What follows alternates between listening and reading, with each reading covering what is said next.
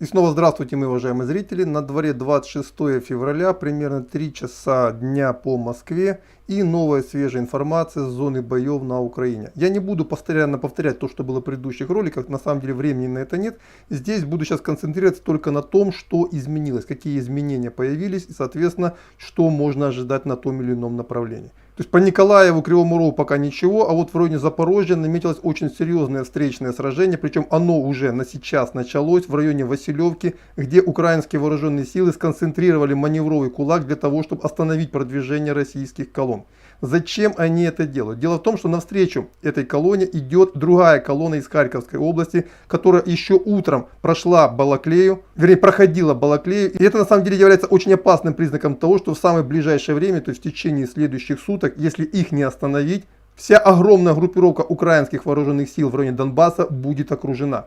Именно для того, чтобы предотвратить это окружение, украинское командование делает все, чтобы задержать продвижение российских войск. И вот такой мощный заслон, то есть там есть и танки, БМПшки, там есть артиллерия, вот это все развернуто в районе Василевки и начинаются там сражения. Я так понимаю, от итога этого сражения зависит во многом судьба группировки в районе Донбасса. В районе Харьковской области, в районе Балаклеи пока не слышно, чтобы большое сопротивление шло. Тем не менее, у харьковской российской группировки есть очень уязвимое место. Это фланги, которые абсолютно не обеспечены, потому что Харьков до сих пор не удалось взять. А на левом фланге стоит довольно мощная группировка украинских вооруженных сил в районе Донбасса. И для того, чтобы не было проблем, эти фланги нужно укреплять. А значит, быстрое продвижение здесь будет очень затруднено, пока не будет взят Изюм, что можно на самом деле ожидать уже сегодня. Тем не менее, быстрого продвижения этой группировки, честно говоря, я не ожидаю. А вот с юга группировка надежно прикрыта Днепром, морем. У нее по сути нет флангов, и она может концентрировать свою ударную мощь именно на главном направлении. Именно по этой причине украинские вооруженные силы очень большое внимание уделяют удержанию Василевки.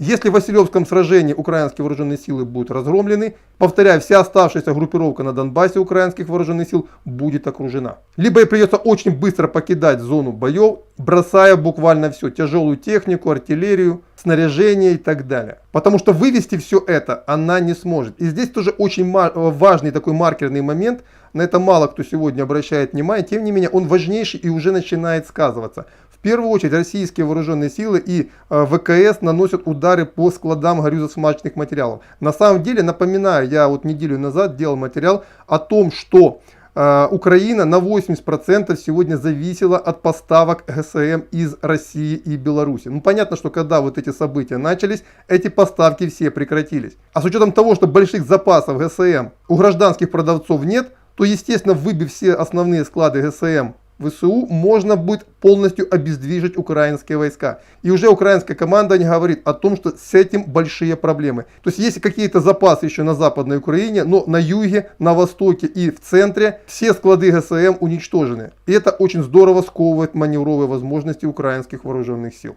Также приходит сообщение о боях в районе Северодонецка, куда подошли передовые части российских войск. Но город пока находится под контролем ВСУ. По Чернигову идут бои на окраинах города, но пока это не серьезно. А колонны российской техники продолжают продвигаться к Киеву. Также идет информация о концентрации российских войск на севере от столицы. И я так понимаю, уже в ближайшее время можно ожидать продвижения российских войск вокруг города Киева. Для того, чтобы блокировать столицу Украины с запада. А еще чуть не забыл, вот та колонна, которая шла на Мариуполь через Бердянск, она повернула в сторону Василевки. Вероятно, российское командование оценило серьезность угрозы со стороны маневрового кулака ВСУ, и те части, которые шли на Мариуполь, они повернули на Василевку. То есть российская армия собирает там тоже значительные силы для того, чтобы одним ударом уничтожить противостоящего им противника. При этом официальный Киев, проигрывая войну на полях сражений, пытается очень отчаянно выиграть войну в виртуальной реальности. Очень сильно много вбросов, огромное количество вбросов, которые уже путаются сами так называемые патриоты. То они сообщают о задержании очередных диверсантов российских, потом оказывается СБУ приходится проверять, говорит, это наши люди, то потом еще каких-то нашли диверсантов, уже туда попадает и мэр Львова рассказал о задержке диверсантов, оказалось, что никакие не диверсанты. По всем городам задерживают пачками диверсантов. И, как говорится, конца и края этим диверсантам не видно. Правда, все они в основном похожи на обычных гражданских людей, либо на украинских силовиков, которые просто не выяснили в спешке, кто они есть на самом деле. А еще очень много сейчас появилось сообщений, не подтвержденных никакими доказательствами о том, что та или иная группа теробороны якобы добилась какого-то значимого успеха. Эти все фейки разгоняются по специальным каналам, некоторые каналы я отслеживаю. И главной задачей этих вбросов является подбодрить территориальную оборону тех территорий, которые уже заняты российскими войсками, для ведения активных действий.